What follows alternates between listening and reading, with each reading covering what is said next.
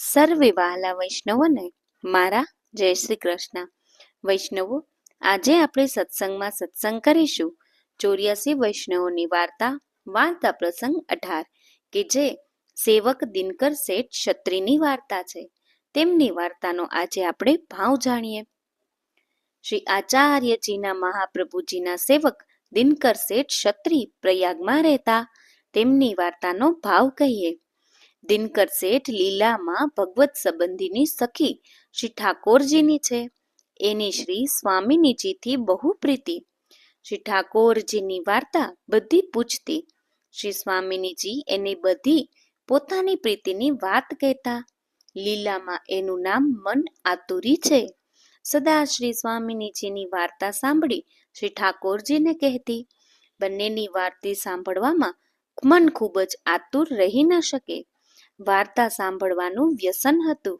તેથી શ્રી ઠાકોરજી અને શ્રી સ્વામિનીજીને પરમ પ્રિય છે. દિનકર શેઠ પ્રયાગમાં એક મોટો દ્રવ્યપાત્ર ક્ષત્રિય હતો. તેના ઘરે જન્મ્યા. તે 5 વર્ષના થયા તે દિવસથી શ્રી ઠાકોરજીની કથા વાર્તા જ્યાં થાય ત્યાં સાંભળવા એમનું મન લાગ્યું.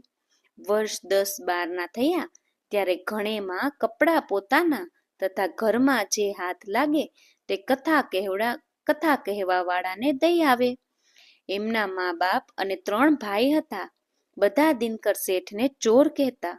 ઘરમાં એનો વિશ્વાસ ન કરતા. એક દિવસ દિનકર શેઠના મોટા ભાઈનું લગ્ન હતું. એને પણ સુંદર જરીનો વાઘો એટલે કે વસ્ત્ર ચીરો, લહેરિયાદાર પાગ વગેરે આભૂષણ પહેરાવ્યા. ઘોડા ઉપર ચડાવ્યા અને જાનમાં લઈ ગયા. દિનકર શેઠમાં મનમાં આવ્યું, આજ જો ભાગવાનો મોકો પડે તો આ બધું કથા કહેવા વાળાને આપી દઉં. પછી જ્યારે જાન છોકરીવાળાના દ્વારે ગયા ત્યારે બધા કુટુંબીજનો લગ્નના કાર્યમાં લાગ્યા. દિનકર શેઠ ભાગીને 10-5 કથા કહેવા વાળાને ઘરે જઈ તેમને બધા આભૂષણો વસ્ત્ર વેચી આપ્યા અને કહ્યું, અમારા ભાઈ જ પિતા, કુટુંબી કોઈને કહેશો નહીં. પછી દિનકર શેઠ ધોતી પહેરી ઘરમાં આવી બેઠા. માતાએ પૂછ્યું, આભૂષણ વસ્ત્ર ક્યાં છે? પિતાએ ખોડતા આવીને દિનકર શેઠને બહુ માર્યા. 3 દિવસ સુધી કોઠામાં પૂરી રાખ્યા, પરંતુ દિનકર શેઠ બોલ્યા નહીં, કંઈ ન બતાવ્યું. પિતા ભાઈ હાર માનીને બેસી રહ્યા. દિનકર શેઠ આખો દિવસ કથા વાર્તા સાંભળે. જ્યાં જાય ત્યાં શ્રોતા અને વક્તા એમને શેઠ કહે, એમની વડાઈ કરે. લોકોમાં, જ્ઞાતિમાં અને કુટુંબીઓમાં એને ચોર કહે. તે પ્રમાણે દિનકર શેઠ કહેવાયા. હંમેશા સાંજે ઘરે આવે ત્યારે બાપ ખાવાનું દે તે ખાઈ લે, જેવું પહેરવાનું દે તેવું પહેરી લે. સાંજે એક વખત ખાય. કથા કહેવા વાળાના ઘરે કોઈ જગ્યે પહેરવાનું દે તેવું પહેરે. સાંજે એક વખત ખાય. કથા કહેવા વાળા ઘરે કે કોઈ જાગે તો જાગરણ હોય, ભગવત વાર્તા હોય તો ત્યાં સૂઈ જાય. માતા પિતા ઘરમાં રહેવા ન દે, કેમ કે વસ્તુ નજરે પડશે તો ચૂકાવીને લઈ જશે. તેથી જ્ઞાતિમાં તેઓ ચોર કહેવાયા. તેથી એમનું લગ્ન ન થયું.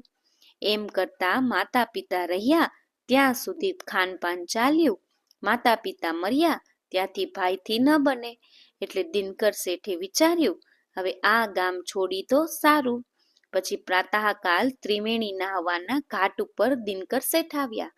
શ્રી આચાર્યજીએ અડીલથી કૃષ્ણદાસ મેઘનને કહ્યું, શહેરમાંથી ખાંડ 2-4 રૂપિયાની લઈ આવો. કૃષ્ણદાસ મેઘન ત્રિવેણીમાં આવ્યા. તેઓ સ્નાન કરતા હતા ત્યારે દિનકર શેઠે કૃષ્ણદાસને પૂછ્યું, તમે કોણ છો? કૃષ્ણદાસે કહ્યું, તમે કોણ છો? અમને પૂછો છો તે તમારે કંઈ કામ છે? દિનકર શેઠે કહ્યું, આ ગામ છોડવું છે, તેથી તમને પરદેશ જાણી પૂછ્યું. કોઈ ભગવત વાર્તા કથા આવડતી હોય તો હું એમની સાથે જાઉં. મારા ઘરમાં દ્રવ્ય ઘણું છે. માતા પિતા હતા ત્યાં સુધી નિર્વાહ થયો. હવે 3 ભાઈ છે. તે મને ચોર કહી ખોટા વચન કહે છે. મારું લગ્ન થયું નથી. તે ઠાકોરે સારું કર્યું. કૃષ્ણદાસ તેને દેવી જાણીને કહે, તમારે કથા સાંભળવાનું વ્યસન છે તો અડેલમાં શ્રી આચાર્યજીના શ્રીમુખની કથા તેઓ એક દિવસ સાંભળો, પછી જ્યાં મન હોય ત્યાં જજો. દિનકર શેઠ એટલું સાંભળીને તરત જ ત્યાંથી નાવ ઉપર ચડી અડેલ આવ્યા. તે સમયે શ્રી આચાર્યજી પોઢીને જાગ્યા હતા. પ્રહર સવા દીવા દિવસ પાછલો હતો. ત્યારે દિનકર શેઠે દંડવત કર્યા. શ્રી આચાર્યજીએ કહ્યું, આવો દિનકર શેઠ, બેસો, કથા સાંભળો. પોતે દસમ સ્કંધમાં ભ્રમર ગીતનું વ્યાખ્યાન કર્યું. તે સાંભળી દિનકરદાસની આંખોમાંથી આંસુનો પ્રહાર આવ્યો. મનમાં કહે, હાય, આટલા દિવસ મારા વૃથા ગયા. હવે તો એમની શરણે જઈ સદા એમની પાસે રહી કથામૃતનું પાન કરું. કથા થઈ ચૂકી ત્યારે દિનકર શેઠે વિનંતી કરી, મહારાજ, મને કૃપા કરીને શરણે લો ને. શ્રી આચાર્યજીએ કહ્યું, તમે કથા તો સાંભળી, પરંતુ હજુ સુધી સેવક કેમ નહીં થયા? તમને મોટા મોટા પંડિત સ્વામી મળ્યા, તેમના સેવક કેમ નહીં થયા? દિનકર શેઠે કહ્યું, મહારાજ, જેટલા સ્વામી પંડિત મળ્યા તેટલા દ્રવ્યથી સંગી મળ્યા.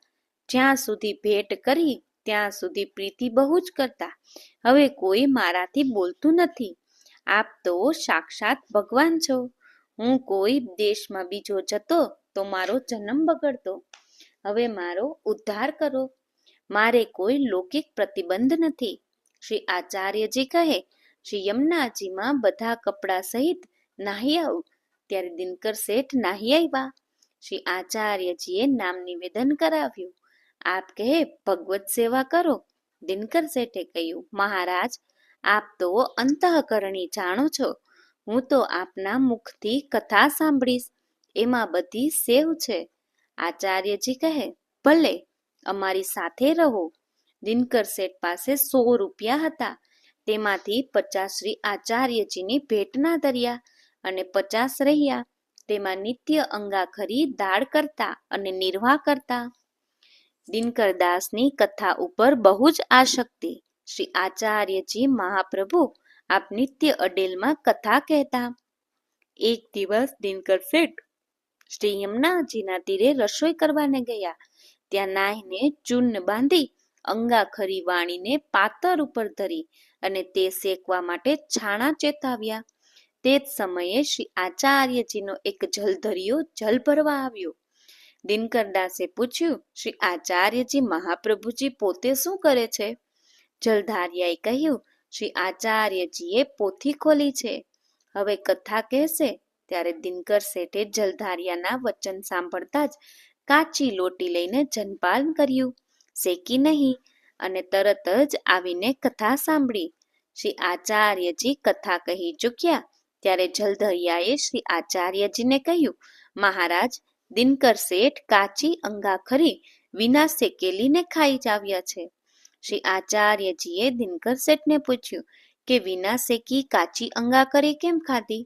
દિનકર શેઠ બોલ્યા, મહારાજ, અંગાખરી તો નિત્ય શેકીને લઈશ, પરંતુ આપના મુખેથી કથામૃત ક્યારે સંભળાવશું? જો અંગાખરી થેકત તો આ અમૃત કેવી રીતે મળત? ત્યારે શ્રી આચાર્યજી બહુ પ્રસન્ન થયા. આજ રસોઈ સિદ્ધ કરી ભોગ ધરીને મહાપ્રસાદ લઈને આવજે. તમો આવશો ત્યારે કથા કહીશ. તમારા આવ્યા વિના કથા નહીં કહું. આજથી મુખ્ય કથાના શ્રોતા તમે છો. તે પછી દિનકર શેઠ પણ જલ્દી રસોઈ કરતા. કેમ, જે પોતાના માટે શ્રી આચાર્યજી બેસી રહે તે ઠીક નહીં. અને કોઈ દિવસ રચક વાર પણ થાય તો દિનકર શેઠ આવે ત્યારે પોતે કથા કહેતા.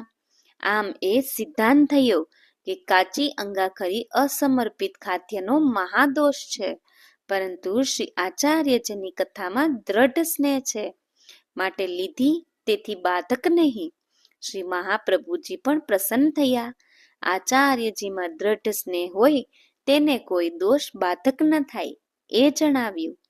જ્યાં સુધી રહ્યા ત્યાં સુધી શ્રી આચાર્યજીના મુખની કથા સાંભળી. રાત્રિ દિવસ લીલાની ભાવનામાં મગ્ન રહેતા. લીલામાં પણ શ્રી સ્વામિનીજીની જેમ એમનાથી બધી વાર્તા કરતા. તે જ પ્રમાણે શ્રી આચાર્યજીએ પણ કથા સંભળાવી, પોતાના સ્વરૂપનો અનુભવ જણાવ્યો.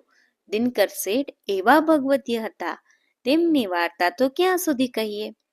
એમની વાર્તામાં એ સિદ્ધાંત કે વૈષ્ણવોને જણાવ્યું કે કથા સાંભળવાનું મન હોય તો પહેલા જલ્દી રસોઈ કરી શ્રી ઠાકોરજીને પહોંચી જોઈએ.